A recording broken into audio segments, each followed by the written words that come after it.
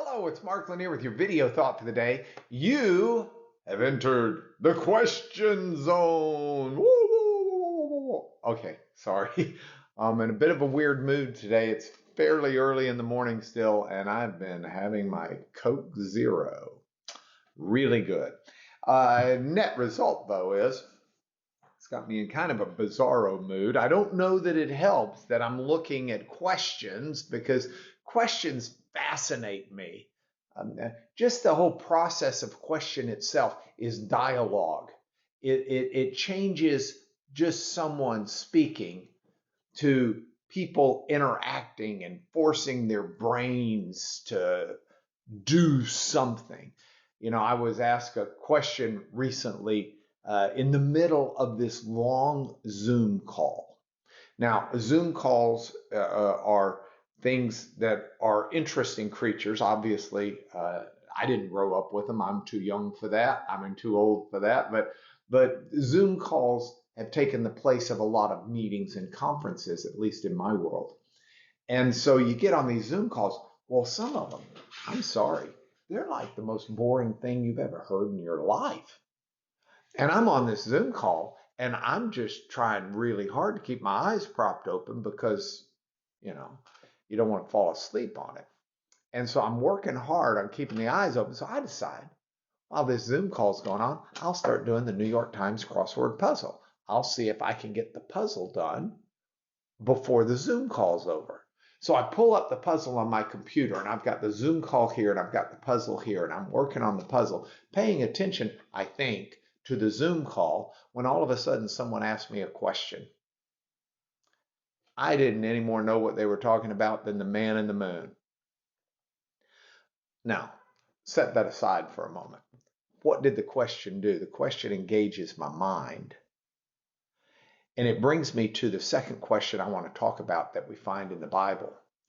I say second, it's the second question area.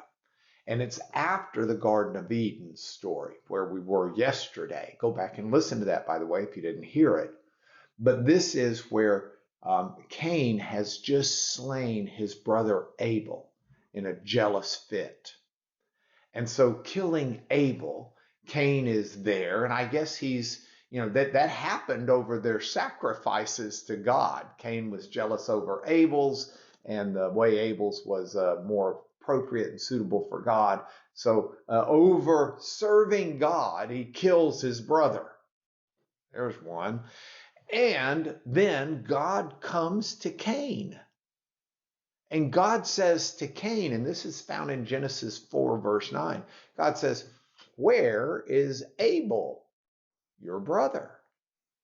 Again, a rhetorical question because God certainly knew what had happened to Abel as the story illustrates unfolding and because he's God.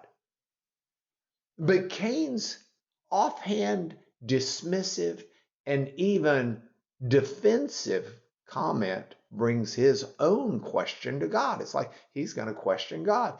Cain's reply is, "I don't know. Am I my brother's keeper? Like, am I responsible for him?" And the story unfolds. First of all, Cain, an interesting lad, kills his brother out of jealousy, and then instead of confessing when caught by God, challenges God.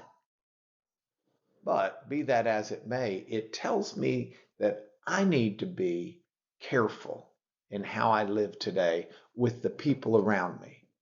Because as the story unfolds, it's very clear God says, yes, you are your brother's keeper.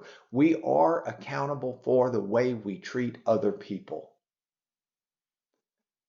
We can't blame someone else for the way we choose to treat them. That's entirely our choice. And so we need to be careful and deliberate before God because that's where the ultimate accountability is. That's who calls us on the carpet. And we've got that same natural defense tendency that Cain did. Well, wait a minute, what I did wasn't wrong. What's that my responsibility, God?